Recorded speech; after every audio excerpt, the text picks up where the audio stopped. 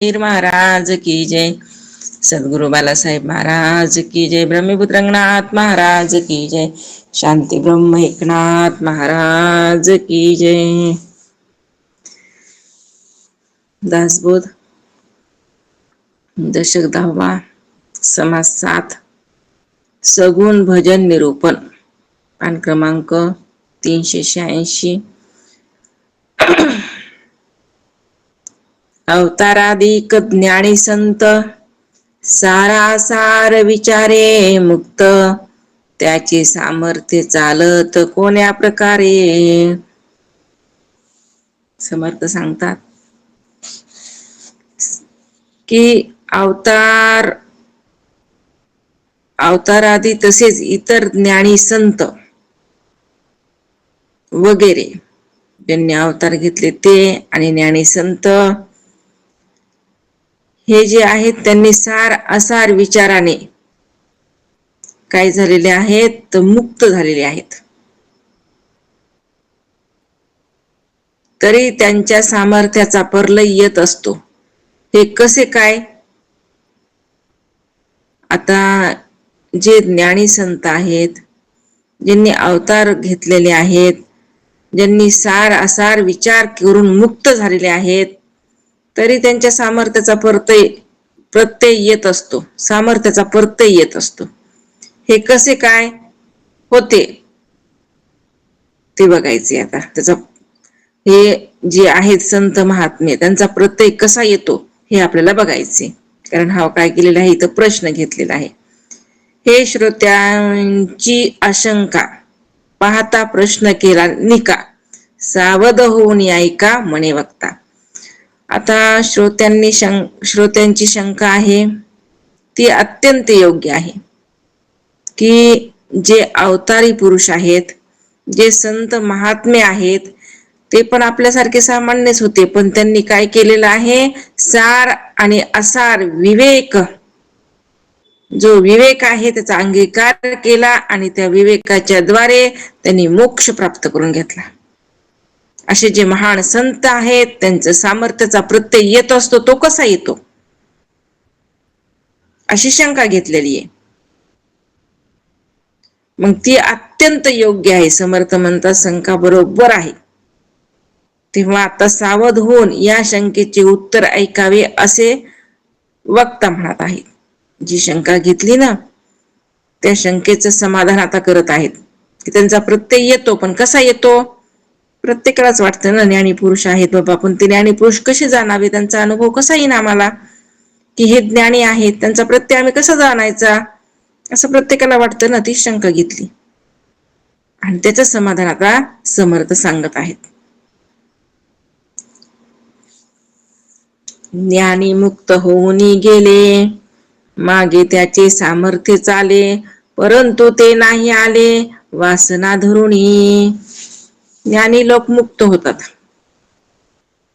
ज्ञानी महात्मा जो आहे तो मुक्त होत असतो. पण त्यांच्या मागे ही त्यांच्या सामर्थ्याचा अनुभव येतो. ते मुक्त झालेत पण उरल्या काय कीर्ती. तुका म्हणे एक्या मरणाची सरे उत्तमची उरे कीर्ती मागे. जे जे सामर्थ्य होतं त्यांच्या अंगी त्याची काय झाली आता कीर्ती राहिली माग. मग तेच इथं समर्थ म्हणतात ज्ञानी लोक मुक्त होतात पण त्यांच्या मागे त्यांच्या सामर्थ्याचा अनुभव येतो. पण म्हणून ते वासना धरून परत आलेले नसतात बरं का. सामर्थ्य त्यांचं आहे म्हणून काय त्यांच्या काही वासना राहिल्या का नाही. ते परत आले का अजिबात नाही. कारण ज्याच्या वासना राहिल्या ती परत येत असते. ज्याच्या वासनाच नाही राहिल्या पूर्ण समूळ वासना ज्याच्या निवृत्त झाल्या ते कशाला वापस येते. वापस येणारी वासनामय. लोकास होतो चमत्कार लोक मानिती साचार, परंतु याचा विचार पाहिला पाहिजे. लोकांना त्यांच्या सामर्थ्याचा प्रत्यय येत असतो म्हणून मोठा चमत्कार वाटतो. पण त्यामुळे ते आहेतच असे लोकांना खरोखर वाटते. म्हणून या गोष्टींचा विचार करणे आवश्यक आहे. आणि त्याच गोष्टीचा विचार आता समर्थ सांगायलेत. जीत असता नेनो किती, जनामध्ये चमत्कार होती. ऐसी याची सदप्रतीची रोकडी पहावी. संत ह्यात असतानाही लोकांमध्ये अनेक चमत्कार घडून येतात. अशा चमत्कारांचा साक्षात अनुभव घेऊन पहावा. जेव्हा संत असतात तेव्हा बी चमत्कार होत नसतो का? होत असतो. मग तेव्हा अनुभव घेऊन पाहायचा ना साक्षात. ते असताना तो तरी आपण नाही गेला, लोकी प्रत्यक्ष देखिला. ऐसा हा चमत्कार झाला, यास काय म्हणावं. तो संत त्यांच्या घरीच असतो, कोठेही जात नाही.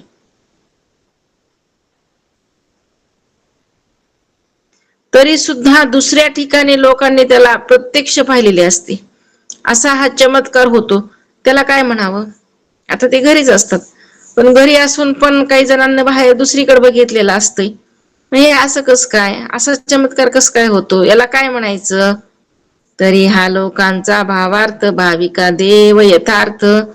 अन्यत्र कल्पना व्यर्थ, उतरकाची आता तरी हे लोकांच्या दृढ भावार्थामुळे घडून येतं.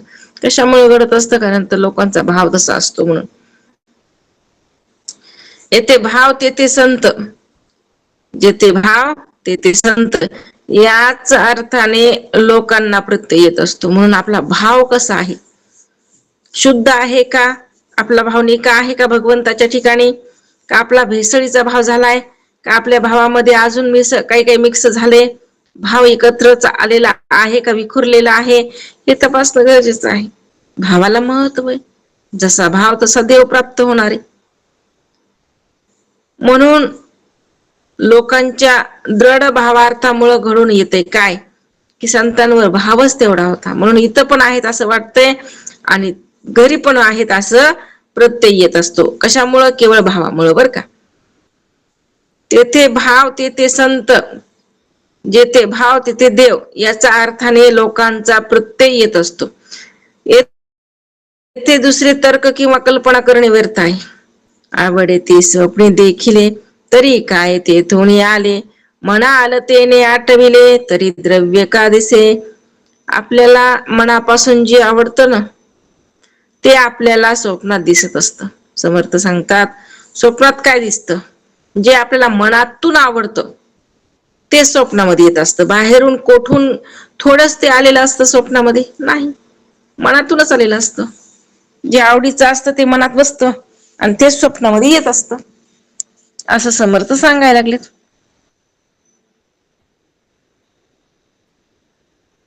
बाहेरून कुठून ते आले का नाही. तुम्ही म्हणाल की नुसतं स्मरण होतं, तर मग स्वप्नात वस्तू प्रत्यक्ष का दिसतात. हो बरोबर आहे, ठीक आहे, आम्हाला जर आवडती वस्तू आहे त्याचं स्मरण होत असतं, मग ती स्वप्नात वस्तू कसं काय दिसतात. प्रत्यक्ष प्रत्ययाला ती वस्तू कस काय दिसते, कस काय येते. एवं आपली कल्पना स्वप्नी येती पदार्थ नाना, तरी ते पदार्थ चालती ना, अथवा आठवू नाही. आता आपल्या कल्पनेमुळेच स्वप्नात नाना पदार्थ दिसत असतात.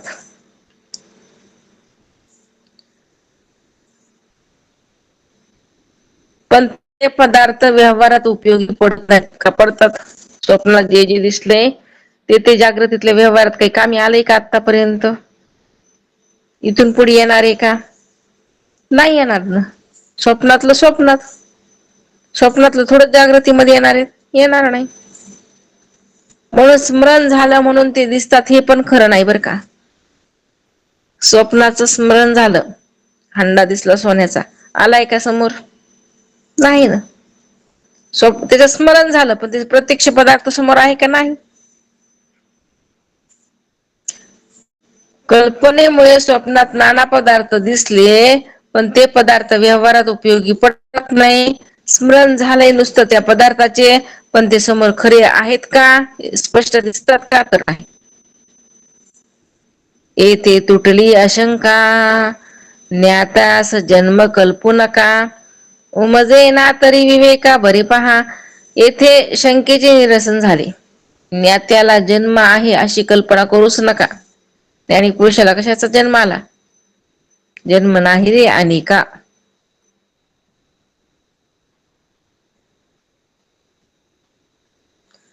म्हणून ज्ञात्याला जन्म आहे अशी कल्पना करू नका. कळत नसेल तर नीट विचार करून पहा म्हणजे कळेल.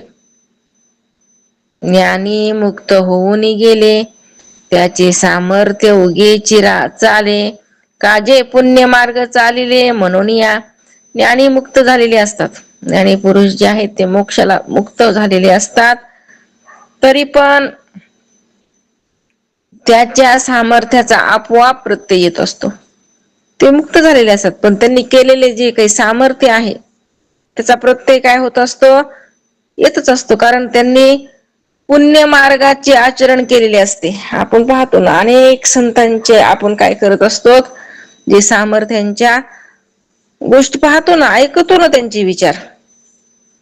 ज्ञानेश्वर महाराजांनी जड भिंती चालवली, रेड्यामुखी वेद बोलवले, अनेक संतांच्या पंक्ती घातल्या, त्यांना मुक्त केले. आपण ऐकतो का नाही?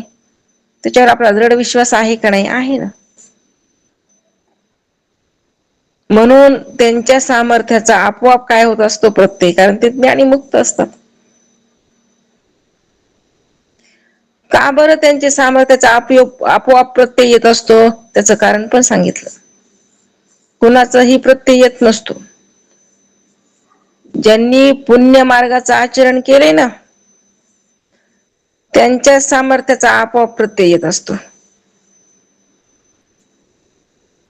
म्हणून संत महात्मे जे आहेत त्यांचा आपल्याला काय होत असतो? प्रत्यय येत असतो. कारण का? त्यांचे आचरण शुद्ध होतं. जसं मलिन आचरण आहे त्याला थोडंच आठवतात, त्याच थोडं स्मरण होतंय. झालं तरी कसं झालं? आता रावणादिकांचं, कंसाचं, पण कसं झालं जरी स्मरण तरी कसं आहे? चांगलं म्हणून आहे का वाईट म्हणून आहे? तर वाईट म्हणून आहे. या कारणे पुण्य मार्ग चालावे, भजन देवाचे वाढवावे, न्याय सांडून न जावे अन्याय मार्ग. म्हणून माणसानं नेहमी पुण्य मार्गाचं आचरण केलं पाहिजे. देवाचं भजन वाढविलं पाहिजे नेहमी. कारण ह्यानंच सार्थक होणार आहे जीवनाचं. आपलं सार्थक इथंच आहे.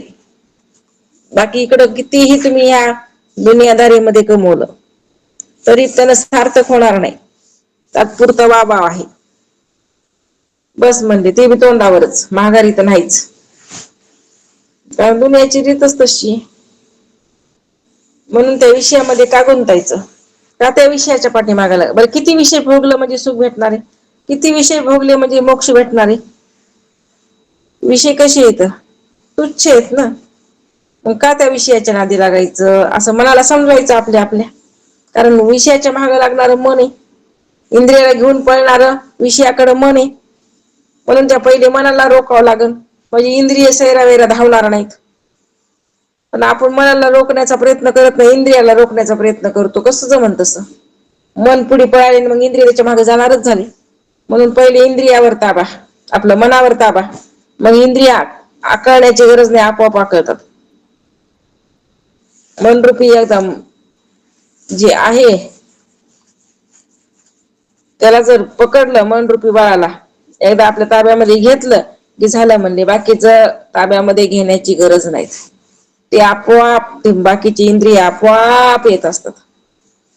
म्हणून इंद्रियांचा राजा मन, आणि मनाला काय केलं पाहिजे? नेहमी त्याच्यावर लक्ष ठेवलं पाहिजे. कारण सैरा वैरा धावणारं कोण आहे? तेच आहे. ओढागाईसारखं कोण? हे मन. म्हणून लक्ष ठेवा. कमीत कमी 5 मिनिटं तरी त्याच्यावर एवढं लक्ष केंद्रित करा की त्यानं कुठंच हिंडू नाही. पुन्हा त्या मनानं होतंय का असं बघा. विचार आपला आपला करायचाय. कमीत कमी 5 मिनिटं तरी आपल्या ताब्यामध्ये येईल का नाही मन? अभ्यास केल्यावर कळण, असं कळत नसते. आपल्याला लय वाटते आपलं मन लय चांगलंय, आता कुठं पळ नाही, पण कधी ते गुलका देईन पत्ता लागत नाही. ते कळते केव्हा? जेव्हा आपण त्याच्यावर लक्ष ठेवू तेव्हा. जेव्हा आपण त्याचा अभ्यास करू तेव्हा. म्हणून महाराज इथं सांगतात, माणसाने नेहमी पुण्य मार्गाचे आचरण केलं पाहिजे, देवाचं भजन वाढविलं पाहिजे, नेहमी चिंतनामध्ये मग्न राहिलं पाहिजे.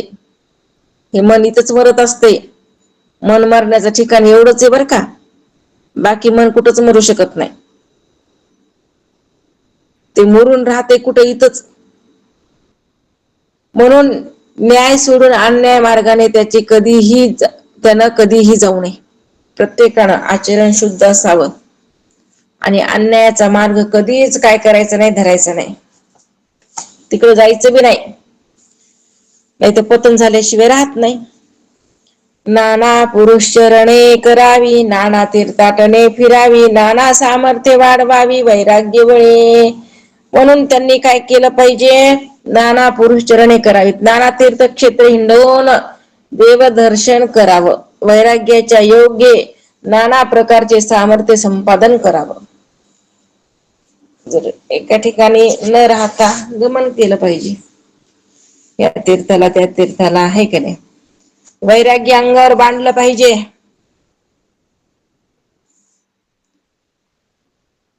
वैराग्य अंगावर बांधलं की सामर्थ्य येत असतं, नाही तर येत नसतं.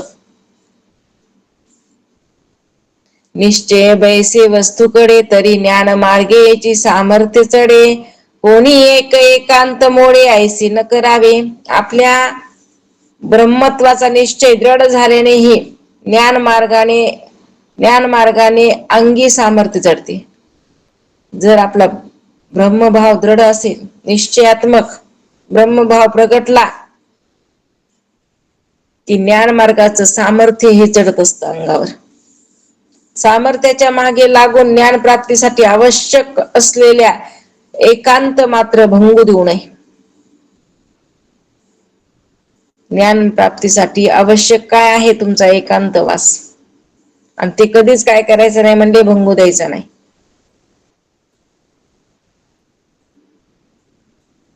म्हणून ज्ञान प्राप्ती ही महत्वाची आहे. मग ज्ञान प्राप्ती झाल्याच्या नंतर मग सामर्थ्य. म्हणून ज्ञान प्राप्ती करण्यासाठी अभ्यास महत्वाचा आहे, श्रवण महत्वाचं आहे. श्रवणाशिवाय ज्ञान कसं होईल. श्रवणाकरता संत संगती पाहिजे, शास्त्राची संगती पाहिजे, तेव्हा ज्ञान होणार आहे. आणि ज्ञानानं मग सामर्थ्य प्राप्त होणार आहे, मग मोक्ष.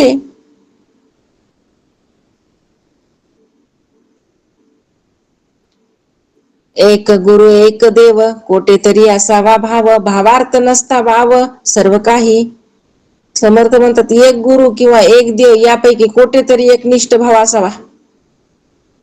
निष्ठता जर नसेल, निष्ठा जर नसेल जवळ, काही साध्य होत नाही. म्हणून आपला भाव निष्ठा असणं अत्यंत गरजेचं आहे. गुरुच्या ठिकाणी निष्ठा असावी, देवाच्या ठिकाणी निष्ठा असावी.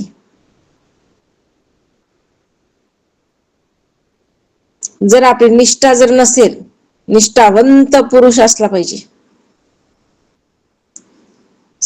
निष्ठा जर असेल तर म्हणले त्या देवाला पण यावं लागते. निष्ठा जर असेल तर त्या शिष्यापुढे गुरु सुद्धा काय होतात म्हणले, त्याचं मान्य त्या गुरुला सुद्धा करावं लागते, निष्ठा जर असेल प्रबल तर.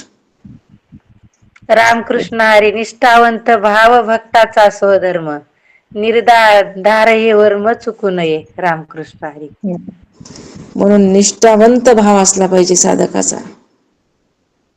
ते कधीही काय होऊ नये, विखरू नये, निष्ठा कधीही कमी पडू नये आपली. एकदा असंच काय झालं होतं माहिती का, एक असा भाविक भक्त होता, खूप भक्ती करायचा, कधीच ते काय करायचं नाही, नियम चुकवायचा नाही. भक्ती तशीच होती ना. रोज म्हणजे नेहमी चातुर्मासामध्ये कुठं असायचा, पंढरपूरला. कशाला, कारण तिथे जाऊन काय करायचं, नित्य नियम करायचा, काकड आरती ऐकायची, एक दिवस सुद्धा काकडा चुकवायचा नाही, नियमच होता तुझा. आणि परत ते काकडा ऐकायचा, जे काही सांगितलेलं आहे समोरच्यांनी स्वामीजींनी ते गावामध्ये येऊन सगळ्यांना सांगायचं. सगळे लोक त्यांना सांगितलं ना, अगदी आनंद सगळ्यांना वाटायचा, कारण ते ज्ञानच तसं आहे ना. मग एकदा काय झालं, असंच म्हणले आता 4 महिने तर तू काय करायचं नाही, कधीच काकडा चुकवायचा नाही. सगळ्याच्या अगोदर स्नान संध्या करून स्नान करायचे आपला, आणि सगळ्याच्या अगोदर जाऊन काकडा ऐकायला बसायचं. पण एकदा काय झालं, अचानक त्याच पिरियडला त्याची आई दगावली. मग आता आई गेली असल्यामुळं काही त्याला तिथं जाता नाही आलं काकड्याला. मग आईचं क्रियाक्रम वगैरे सगळं झालं. मग सगळी गावातले लोक म्हणू लागले, का रे म्हणे, तू एवढा तुझ्या स्वामीजींचं काय करतोस, कौतुक करतोस, त्यांनी गायलेले अभंग आम्हाला गाऊन दाखवतोस, त्यांनी जे अर्थ सांगितलेला आहे ते आम्हाला सांगतोस, किती गोड ते अर्थ आहे, किती ते अभंग सुंदर गातोस म्हणे त्या स्वामीजींचे तू. असं कर ना, आता जाऊ दे, जे नाही व्हायचं ते झालं, आई दगावली तुझी आहे की नाही, तर तू आईच्या आता ह्याला गोड जेवणाला काय कर, स्वामीजींचं कीर्तन ठेव ना. तेव्हा तो म्हणतो, नाही नाही नाही नाही, असं जमत नाही म्हणे, आमचे स्वामीजी काही हो ऐक नाही, पण चातुर्मासामध्ये पंढरपूरलाच असतात ते. पंढरपूर सोडून ते कुठंच राहत नाहीत म्हणे, आणि कुठं जात बी नाहीत, त्यांचा नियमच आहे. अरे तू निष्ठावंत आहेस, तू भाविक भक्त आहेस त्यांचा, तू सुद्धा तसंच करतोस, कधीच तू चुकवीत नाहीस. बघ ना एकदा विनंती करून, तू काय कर, विनंती तर कर. ते म्हणाले नाही नाही जमत नाही, तरी पण ते, कारण कसं, अरे तू एक कसा आहेस, तुझ्याकडे शक्तीचा जोर आहे, आम्ही थकलेली लोक आहेत, आम्ही काही स्वामीजी पर्यंत येऊ शकत नाहीस, नाही तर, आणि त्यांनी जे सांगितलेलं ऐकू शकत नाहीस. पण असं वाटायला लागले, प्रत्यक्ष त्यांना एकदा बघावं, त्यांच्या मुखारविंदातून आम्ही बी श्रवण ऐकावं, अशी आमची लय प्रबळ इच्छा आहे, तू म्हण ना एकदा जाऊन. सगळे लोक म्हणत असल्यामुळं त्याचा नाविलाज झाला. ठीक आहे बाबा, तुम्ही एवढे म्हणायलात ना, ते म्हणतो जाऊन स्वामीजींना. असं त्यानं काय केला, विचार केला, आणि आला, पंढरपूरला आलेला आहे. आता त्याला माहित होतं स्वामीजी कुठून येतात, कारण निष्ठावंत भक्त जो असतो ना, त्याला आपल्या स्वामीजींचं प्रत्येक खूण माहित असते, कधी येतात, कधी उठतात, कधी झोपतात, काय करतात, सगळं सगळं त्याला माहित होतं बरं का. आता काकडे चतुर्मासाचे दिवस होते ते, मग त्यांना माहित होतं स्वामीजी सकाळी सकाळी उठून ह्या दत्त घाटापासून चंद्रभागेकडे येतात, स्नान करतात, आणि मग इथून जातात. मग ती दत्त घाटापाशी जाऊन उभा टाकला. उभा टाकलेला आहे स्वामीजींची वाट बघत, सकाळी 4 वाजता, आणि स्वामीजी यायला लागलेत तिकडून, कारण माहित होता निश्चित भक्त होता तो. स्वामीजी रामकृष्ण हरी, रामकृष्ण हरी, रामकृष्ण हरी मुखामध्ये जप आहे, आणि म्हणत म्हणत चंद्रभागेकडे यायला लागलेले आहेत. तेवढ्यात स्वामीजी येताना एकदम त्यांना ते दिसले, स्वामीजींना तो दिसला ना, दिसला, मग स्वामीजींनी ओळखला, अरे हा तर म्हणे आपल्या काकडीला नित्यनेमान असतो. काय म्हणे, का उभा टाकलास, तुला काकड ऐकायचं नाही का आज? तेव्हा त्याची दृष्टी खालीच होती बरं का. हो स्वामीजी, पण म्हणे मी काकडं नाही ऐकू शकत. का रे म्हणे, रोज तर तू सकाळी सकाळी स्नान वगैरे करून सगळ्याच्या अगोदर हजर असत, आज काय झालं तुला, आज असं का उभा टाकलास? काही नाही म्हणे स्वामीजी, असं असं झालंय आईचं. इथं कशाला थांबला म्हणे, जा ना गावाकडं, तुला गावाकडे गेलं पाहिजे. हो स्वामीजी, सगळं आवरूनच आलो. बरं, मग काय म्हणणं आहे तुझं? तो म्हणे, स्वामीजी मला आम्हाला असं वाटायला लागले म्हणे की तुम्ही काय करा, आईच्या उदक शांती निमित्त यावं म्हणे, कीर्तन वगैरे करावे. स्वामीजी म्हणे, नाही नाही म्हणले, शक्यच नाही, ह्या गोष्टी घडणं शक्यच नाही. तुला माहित नाही का म्हणे, चतुर्मासामध्ये मी पंढरपूर कधी सोडत नाही. आपण निष्ठावंत कसं असतो हे बघायला बरं का. मी चतुर्मासामध्ये पंढरपूर कधी सोडत नाही म्हणे, तुला माहित नाही का? हो स्वामीजी मला माहिती. मग तरी पण आमची इच्छा आहे, वाटायला लागली म्हणे तुम्ही यावं. नाही नाही म्हणे, मी येऊ शकत नाही. 5 मिनिटं शांत झाला. स्वामीजी तुम्हाला यावंच लागेल. नाही म्हणे, मी तुला माहिती आहे ना म्हणे माझा नियम आहे. ठीक आहे म्हणे, ऐका स्वामीजी. तुमचा नियम आहे ना? तर ऐका म्हणे, आई तुम्ही जर नाही आलात तर आईचं शरण अजून जळायच लागले म्हणे. बघा तो काय म्हणायला लागलाय स्वामीजींना. आईचं शरण अजून जळायला लागलेलं आहे, अजून गाडीवर लाकडं नेतो म्हणे आणि त्याच्यामध्ये टाकतो आणि त्याच्यामध्येच उडी मारतो. कोण म्हणायलाय? तो भक्त स्वामीजींना. स्वामीजी ऐकून धक्कच. काय भेटलाय म्हणे हा भक्त, काय भाव आहे म्हणे ह्याचा, आणि काय बोलायला लागलाय म्हणे.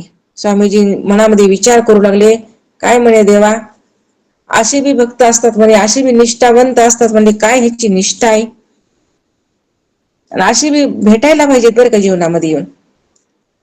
तेव्हा स्वामीजींना नाविलाज झाला. त्याचं ते बोलणं ऐकलं. स्वामीजींना काय करावं काही कळना. ठीक आहे म्हणले, काय हरकत नाही बाबा, येतो. कारण आता हे बोलणं ऐकल्याबरोबर ठीक आहे म्हणले, येतो. मग त्यांची तारीख वगैरे ठरली. आता स्वामीजींना जायचंय बरं का. झाला तर दिवस पण आलाय, पण इकडे कोणाला सांगितलं नाही स्वामीजींना की मी जाणार आहे, असं असं आहे म्हणून काहीच सांगितलं नाही. इकडं जे काकडा करत होते मंदिरात येऊन ते, आणि इकडल्या लोकांना सांगावं तर कित्येक जण म्हणलेले होते, काय की आमचं अमुक अमुक झाले या स्वामीजी. पण केव्हा स्वामीजींना पंढरपूर सोडलं नाही. आणि आता जर म्हणावं तर ते चर्चा करणार नाहीत का? स्वामीजींना काही म्हणता आलंच नाही कुणाला. झालं पाहता पाहता दिवस उजडला म्हणले ते. आता जायचंय स्वामीजींना, निघायचंय. कधीच काकडा नाही चुकला बरं का स्वामीजींचा. आता हे 4 दिवस बिगर काकड्याचे, 4 दिवस मी पंढरपूरला नसणार, काय होणार आहे. स्वामीजींना विचार यायलाय ना मनामध्ये. चलता आता निघाले स्वामीजी. जाता जाता पांडुरंगाचं दर्शन घेतलं. पांडुरंगा, बघ बाबा म्हणे, अख्ख्या आयुष्यामध्ये पहिल्यांदा निघालो म्हणे, तुझी इच्छा, आता काय करायचंय तू बघून घे. पांडुरंगाचं दर्शन घेतलं आणि स्वामीजी त्याच्या गावाकडे गेले. स्वामीजी गेलेले आहेत तिकडे. अगदी म्हणले दणानून टाकलं. कीर्तन झालं, चर्चा झाली, सगळे लोक मंत्रमुक्त झाले, तृप्त झाले अमृत सेवन करून. कारण स्वामीजी होतेच तसे. पण आता तिकडे गेले स्वामीजी, पण इकडं काय कथा आहे. इकडं सगळेजण भाविक भक्त आतुरतेनं स्वामीजींची वाट बघायला लागलेत की स्वामीजी कस काय उशीर करायला लागलेत. अख्ख्या म्हणले आतापर्यंत आमचं आयुष्य इथपर्यंत झालं, 70च वय आलंय, पण अद्याप स्वामीजींना कधीच उशीर नाही लावला. लोक चर्चा करायला. स्वामीजींना कस काय आज उशीर झालाय. प्रत्येक जण वाट बघायले, प्रत्येक जण रस्त्याकडे बघायले, स्वामीजी कस काय नाही आले. कोणी चंद्रभागेकडे जायले, कोणी मठाकडे चाललंय, अजून स्वामीजी कस काय नाही आले. आता कुणाचं मन रडायले, कुणाची वाणी रडायली. अगदी आतुरतेने वाट बघायला लागलेत की स्वामीजी का नाही येलेत. आज आम्हाला काकडा भेटणार नाही ऐकायला. कारण का, आवडच तशी होती. बघायलेत पांडुरंग, परमात्मा बघायला लागले. मग पांडुरंगानं विचार केला, अरे म्हणले हे एवढे भाविक भक्त आहेत, वाट आतुरतेने बघायले, त्यांना जावं लागतंय म्हणे. आता पांडुरंग परमात्मा स्वामीजींचं रूप घेऊन तिथं आलेला आहे आणि काकडा केलाय. पुन्हा पांडुरंगानं, पांडुरंग स्वतः म्हणते, उठा पांडुरंगा, आता दर्शन द्या सकळा. स्वतः पांडुरंगच काय करायलाय, अभंग गायला लागलाय. सगळे जण म्हणले आज स्वामीजी 10-15 मिनिटं उशीरा आले, पण काय काकडा झाला, काय आनंद म्हणे आज. सगळी चर्चाच चर्चा. पाहता पाहता 4 दिवस संपले. 5व्या दिवशी स्वामीजी आलेले आहेत. परत आले आणि परत आपल्या पहिल्या जसं आहे पूर्व सारखं सगळं स्वामीजींना केलं आणि काकड्याला येऊन बसले. काकडा सुरू केला, काकडा गायला, आणि काकडा गायल्याच्या नंतर स्वामीजींना अजून परत सगळा काकडा गायला, पांडुरंगाची आरती वगैरे घेतली, सगळं झालं. पुन्हा लोक एकमेकाच्या तोंडाकडे बघायलेत. आतापर्यंत म्हणले स्वामीजींना असं कधीच केलं नाही की म्हणजे पांडुरंगाची आरती म्हणली नाही असं. पण ह्या 4 दिवसात स्वामीजींना पांडुरंगाची आरती म्हणली नाही आणि आज परत आरती म्हणली. 4 दिवसात नव्हती म्हणली आणि आज परत आरती म्हणली. मग सगळे लोक बाई असं कसं काय झालं, हे 4 दिवसात स्वामीजींना आरती म्हणली नाही अख्ख्या आयुष्यामध्ये आणि आज परत अजून आरती म्हणायला लागलेत. मग आता सगळी चर्चा. तरी पण काही भाविक भक्त, काही वृद्ध ज्ञानी असतात बरं का, त्यांना 4 चौघांना काय केलं, सगळ्यांच्या समोर नाही विचारलं, कारण सगळ्यांच्या समोर विचारत नसतात, काही जण मर्यादा असते ना तिथं. म्हणून त्यांनी काय केलं, एकांतामध्ये गेले. स्वामीजी सगळे गेल्याच्या नंतर मागं थांबले आणि स्वामीजी, एक प्रश्न आहे, हा बोला ना म्हणे तुम्ही, आम्ही जसं आमचं इतकं वय झाले तेव्हापासून आम्ही तुमचं काकडा ऐकतो. तुम्ही आतापर्यंत कधीच असं घडलं नाही की पांडुरंगाची आरती म्हणली नाही, पण या मागच्या 4 दिवसात तुम्ही पांडुरंगाची आरती म्हणली नाही आणि आज परत तुम्ही आरती म्हणली, असं का? स्वामीजी बी धक्कच झाले. स्वामीजी म्हणले, मी 4 दिवस नव्हतोच म्हणले पंढरपूरला. नाही हो स्वामीजी, असा मजाक नाही करायचा. असं कसं बोलता तुम्ही? तुम्हीच होते ना, आम्ही आमच्या डोळ्याने बघितले, आमच्या कानाने तुमचा काकडा ऐकलाय, तुम्ही नाही कसं म्हणायला लागलेत? नाही नाही म्हणे, मी नव्हतोच. स्वामीजी नाही म्हणायला लागलेत, हे तर म्हणाले तुम्हीच होतात. आता काय करायचं? आता काय करायचं नाही म्हणले, चला पांडुरंगाकडं. ते 4 चौघ आणि स्वामीजी कुठं? डायरेक्ट पांडुरंगाकडं. पांडुरंगा सांग म्हणे, हे काय म्हणायला लागलेत? तुला माहिती मी होतो का इथं नव्हतो ते? स्वामीजी म्हणत आहेत. पांडुरंगाच्या पुढं स्वामीजी बोलायला लागलेले आहेत. पांडुरंगा सांग म्हणे, मी 4 दिवस होतो का इथं आणि मी काकडा केला का, आणि माझ्या जागावर काकडा कुणी केला ते सांग म्हणे. ती विठ्ठलाची मूर्ती अगदी म्हणले समोर थरथर कापत आहे आणि प्रत्यक्ष पांडुरंग स्वतः बोलायला लागलेला आहे. काय काय ती महत्व, काय ती भक्ती, काय तो भाव. स्वतः पांडुरंग बोलायला लागलाय, स्वामीजी काय सामर्थ्य होतं बघा संतांचं, की तुम्ही नव्हतात ना तेव्हा तुमच्या जागेवर मीच काकडा केलाय.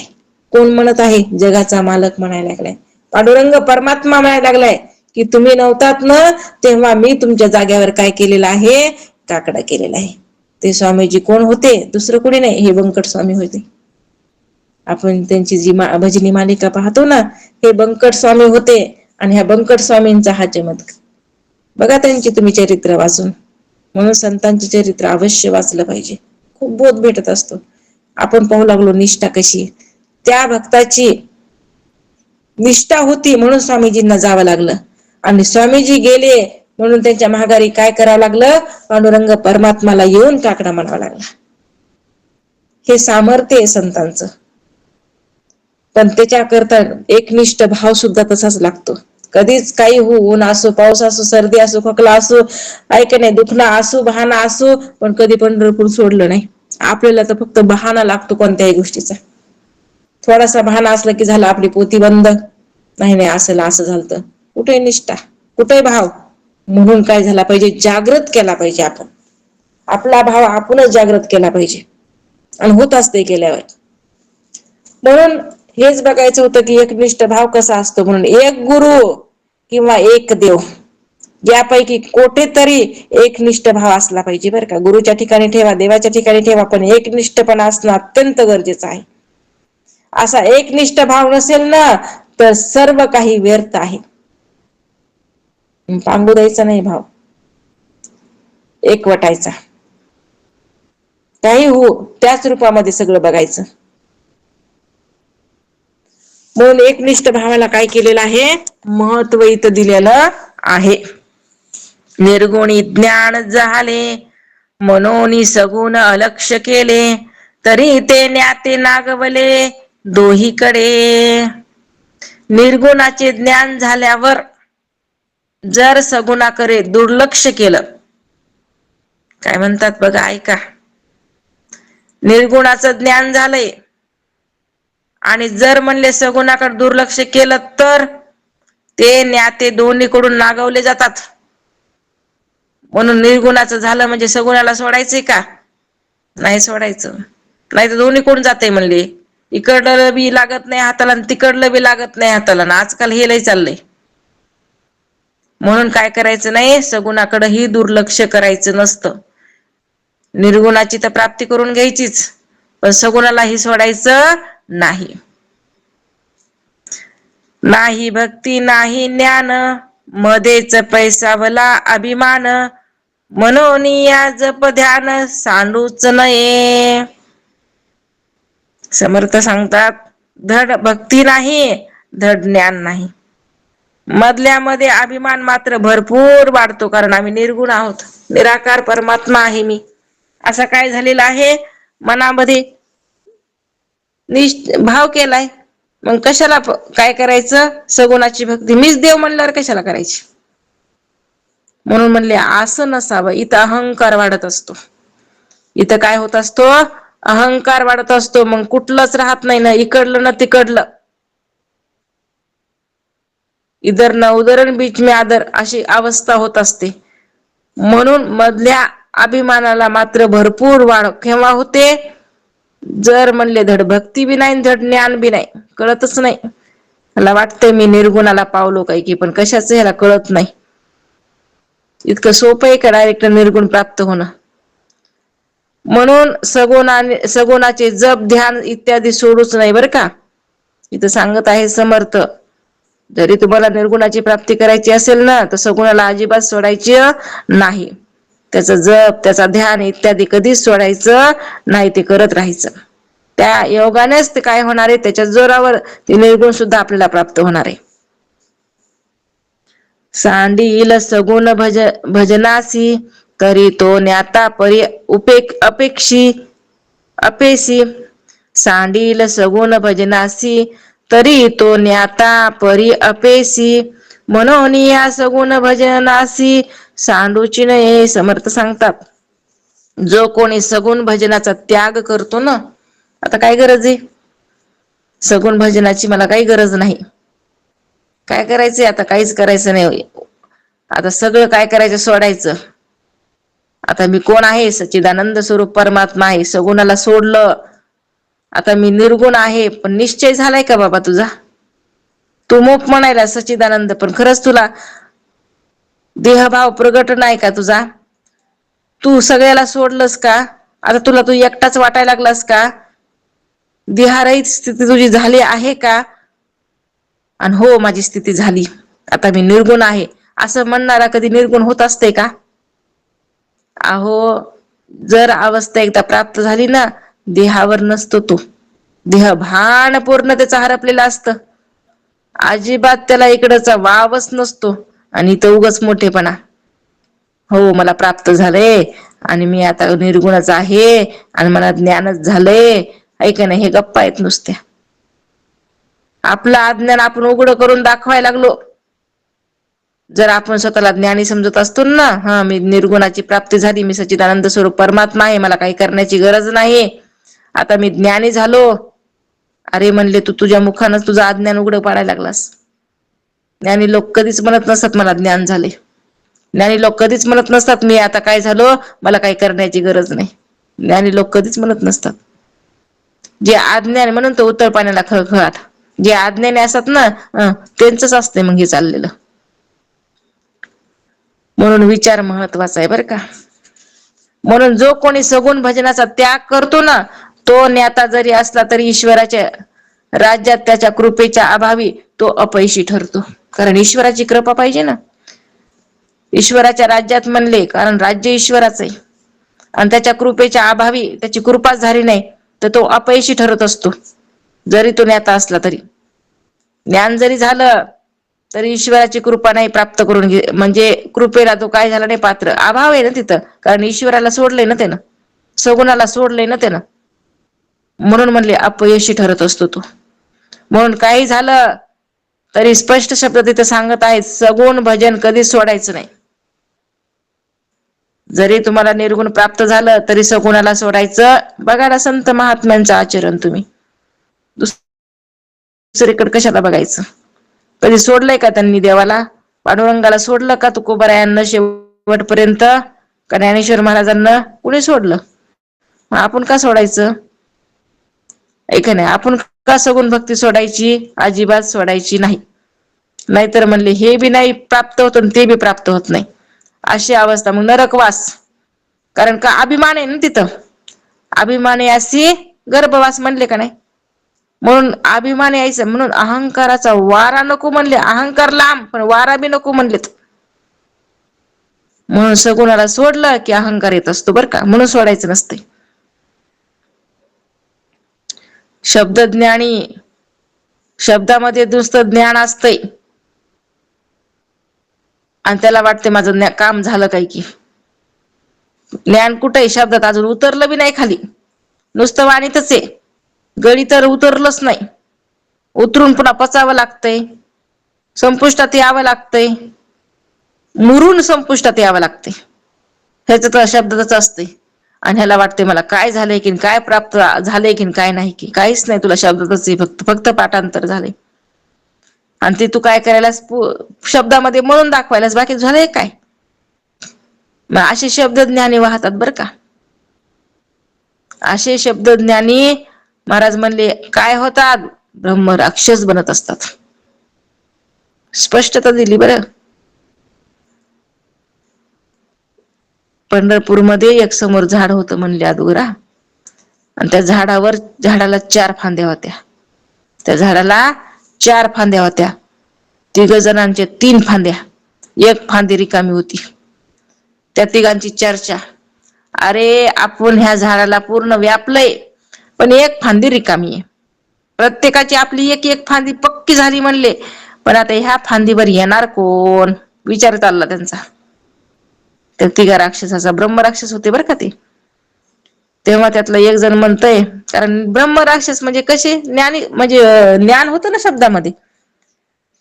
त्यातलं एक जण म्हणते, अरे काळजी करू नका, तेवका म्हणले ते आहे ना जे पाया पडायला लागले, त्याचा आहे म्हणले आता ही फांदी. म्हणजे ते शब्द ज्ञानी होतं ना, आता त्याची फांदी आहे म्हणे ही राहिलेली. म्हणजे बघा शब्द ज्ञानाची काय अवस्था असते ती. म्हणून शब्दामध्ये न ठेवता गळी उतरावं शब्द, गळी उतरून मग त्याला पचवावं, पचून मुरावं, मग अनुभवाला. इतकं सोपं आहे का अनुभवाला येणं बी. म्हणून महाराज म्हणतात, जो कोणी सगुण भजनाचा त्याग करतो, तो ज्ञाता जरी असला तरी ईश्वराच्या राज्यात त्याच्या कृपेच्या अभावी तो अपयशी ठरत असतो. म्हणून काही झालं तरी सगुण भजन कधीच सोडायचं नाही, असं इथं समर्थ स्पष्टता द्यायला लागलेत बरं का. निष्काम बुद्धीची या भजना, त्रैलोकी नाही तुलना, सामर्थ्य विन घडेना निष्काम भजन. निष्काम बुद्धीने केलेले भजनाची त्रैलोक्यात कशाचीही तुलना होऊ शकत नाही. निष्काम बुद्धीनं केलेल्या भजनाची, कारण निष्कामता जवळ असावी बरं का. सकामता लय आजकाल काय करायला लागलेली आहे, पिढा द्यायली. प्रत्येकाला ग्रासलंय ह्या सकामतेनं. काही झालं की वाटतंय आम्हाला काहीतरी त्याच्या बदल्यात द्यावं. साधं सोबत यायचं झालं भजनाला, आहे का नाही, तर त्या सोबत येणाऱ्याला अपेक्षा आम्हाला बी काहीतरी भेटावं. आश्चर्याचीच गोष्ट आहे का नाही. सोबत न्यायचंय बायकांना, चला म्हणलं तर म्हणले आम्हाला काय देणार मग सांगा, तर आम्ही तुमच्या सोबत येतो, नाही तर येणार नाही. किती आशा आहे बघा. म्हणजे नुसतं सोबत जायचं म्हणलं तरी जा वाटना निष्काम माणसाला, तर निष्काम परमार्थ कधी करावं, अशी काय झालेली आहे, स्वभाव बनलाय. पण साधकांना असा स्वभाव बनवायचा नाही बरं का. सगळ्यांचा असा नसतंय स्वभाव. काही जण निष्काम पण असतात, त्यांना काही नाही, अरे आपण गेलोत ना 4 शब्द ऐकायला भेटतील, तेवढा वेळ आपल्या भजनामध्ये चाललाय, तेवढा वेळ आपले चांगलं ऐकण्यामध्ये चाललेला आहे, अजून काय पाहिजे, एवढं अमृत प्यायला भेटायला लागले, असा पण भाव असणारे असतात. पण सगळ्यांना हे भाव प्रगट करता येत नसतो बरं का. म्हणून निष्काम बुद्धीने केलेल्या भजनाची त्रैलोक्यात कशाचीही तुलना होऊ शकत नाही, तर समर्थ स्पष्ट देत. निष्काम भजन करा, अहो त्रैलोक्यात सुद्धा काय नाही म्हटले त्याची तुलना करू शकत नाही कोणी, इतकं निष्कामतेला महत्व दिलंय. पण हो बराबर आहे, पण योग्य तर लागण ना निष्काम करायला. पण कुणीही निष्काम करू शकते का, योग्यतेशिवाय निष्काम भजन घडतच नाही म्हणाले समर्थ. तुम्हाला योग्यता तशीच लागते, तर तुम्ही निष्काम करू शकता ना, आता करणार नाहीत. एवढं करून सुद्धा आपल्या तोंडातून निघावं का, गेलोत बाई, पण त्यांना तर जरा तरी काही वाटलं का, सोबत आलेल्यांचा सत्कार केला पाहिजे. अहो एवढं जरी म्हणलं तर गेलं ना तुमचं. एवढं जरी म्हणलं तरी काय उपयोग झाला तुमच्या परमार्थाचा. म्हणजे आहे का तुमच्याकडे निष्कामता. तुम्ही बोलून दाखवायली मी निष्काम, पण तुम्ही हे पण बनायला लागलात आहे एवढं गेलं नाही जरी मागितलं काही तर करायला पाहिजे होतं त्यांना. एवढं म्हणलं तरी तुमच्या मनामध्ये आला ना भाव. म्हणून निष्कामतेला योग्यता लागते म्हणतात समर्थ. योग्यताशिवाय निष्काम भजन घडत नाही. कामनेने फळ घडे निष्काम भजने भगवंत जोडे. फळ भगवंता कोणीकडे महदांतर. सकाम भजनाने इच्छित फळाची प्राप्ती होती. भजन कसं निष्काम कुठे सकाम आहे. सकाम भजन केलं आहे जी इच्छा ती तुम्हाला प्राप्त होती. झालं संपलं तुमचं नातं तिथलं तिथंच गुंडाळलं. तुमची जी इच्छा होती तोपर्यंत संबंध होता. तुमची इच्छा पूर्ण झाली संबंध तुटला. सकाम तसंच असते. सकाम भजन कसं असंच असतंय. फळ होतं फळाची प्राप्ती होती म्हणून तर सकामताच होती ना. भजन होतं पण सकाम होतं. फळ प्राप्त झालं झालं झालं म्हणले. जैसे ते वैसे पदरामध्ये शून्यच भाव.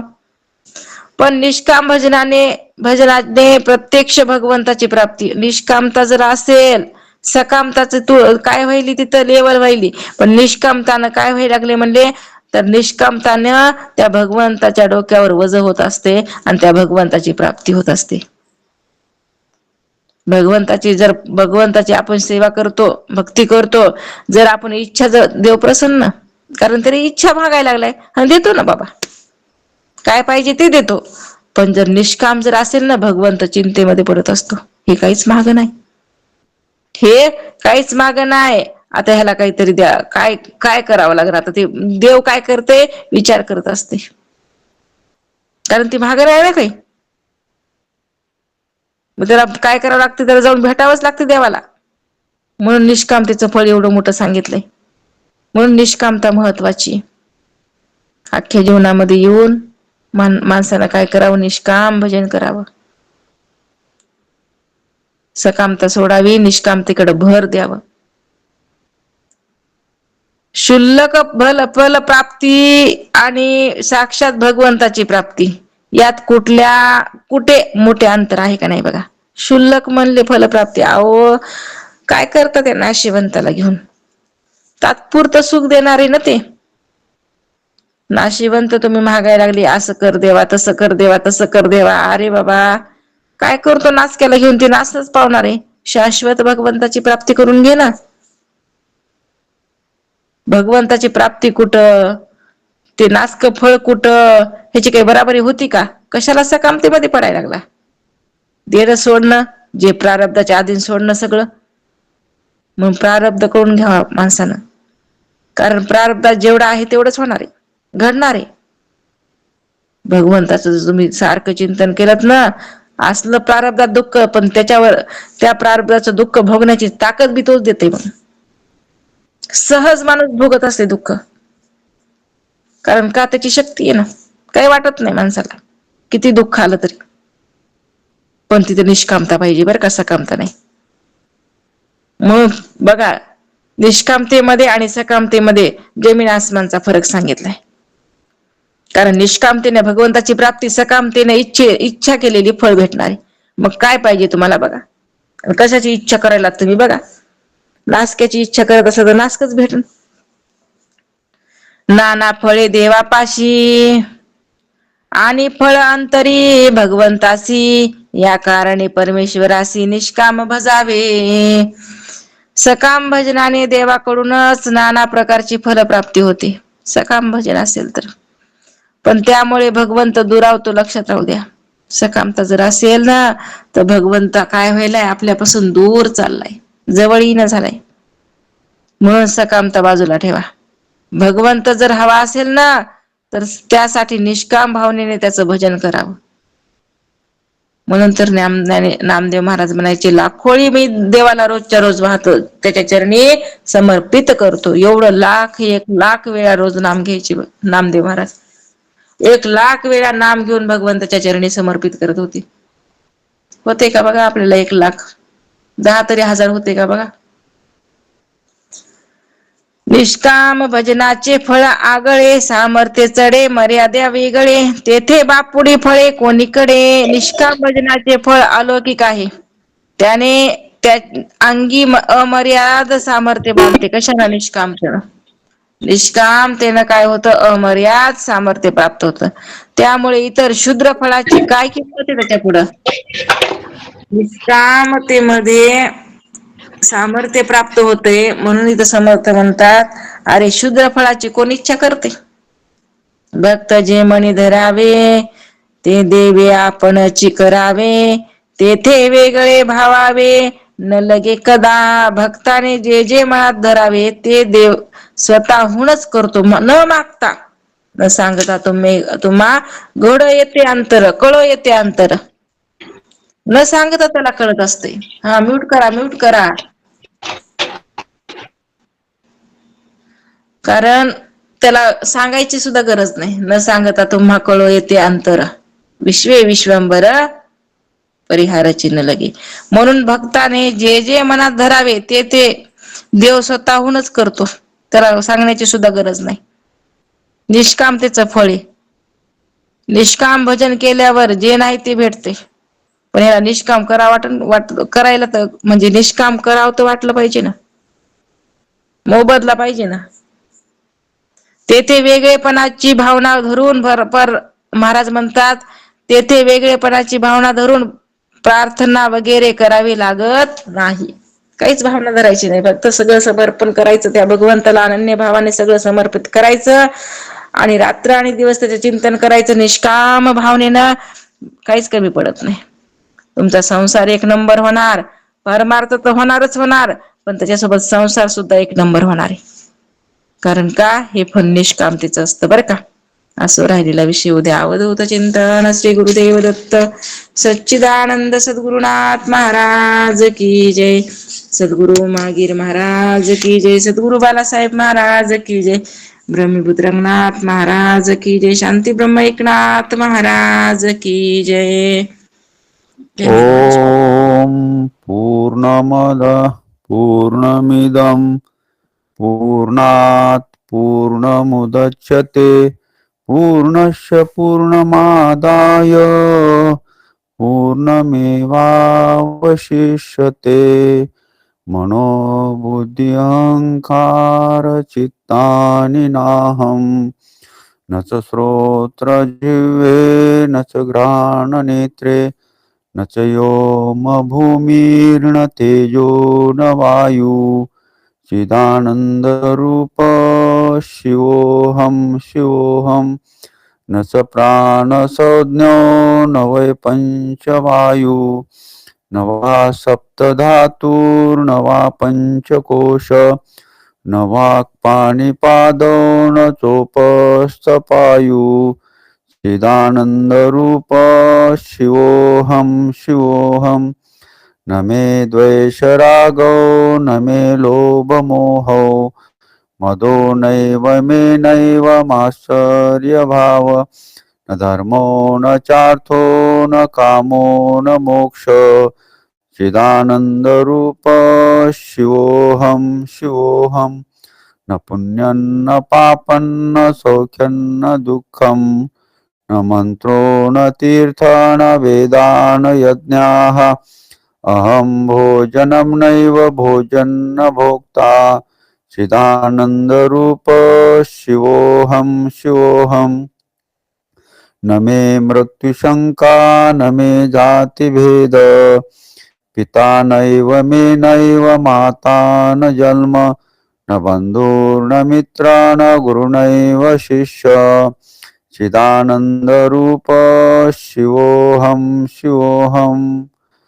अहं निर्विकल्पो निराकाररूपो, विभुर्व्याप्य सर्वत्र सर्वेन्द्रियाणां. सदा मे समत्वन्न मुक्तिर्न बन्ध. चिदानन्दरूप शिवोऽहं शिवोऽहं. चिदानन्दरूप शिवोऽहं शिवोऽहं. चिदानन्दरूप शिवोऽहं शिवोऽहं. पुंडलिक वरदारी विठ्ठल श्री ज्ञानदेव तुकाराम पंढरीनाथ भगवान की जय, माऊली ज्ञानेश्वर महाराज की जय, जगद्गुरु तुकाराम महाराज की जय, शांती ब्रह्म एकनाथ महाराज की जय, ब्रह्मीभूत रंगनाथ महाराज की जय, संत जनाबाई महाराज की जय, संत मोतीराम महाराज की जय, संत मारुतराव महाराज की जय, अवधूत चिंतन श्री गुरुदेव दत्त, सच्चिदानंद सद्गुरुनाथ महाराज की जय, सद्गुरु उमागिर महाराज की जय, सद्गुरु बालासाहेब महाराज की जय, सद्गुरु विवेकानंद महाराज की जय, सद्गुरु मोरेताई महाराज की जय, सब संतन की जय, सब भक्तजनों की जय, आज के आनंद की जय। जय गुरुदेव, जय हरिताई, सर्वांना रामकृष्ण हरी। रामकृष्ण हरी ताई. रामकृष्ण रामकृष्ण हरी.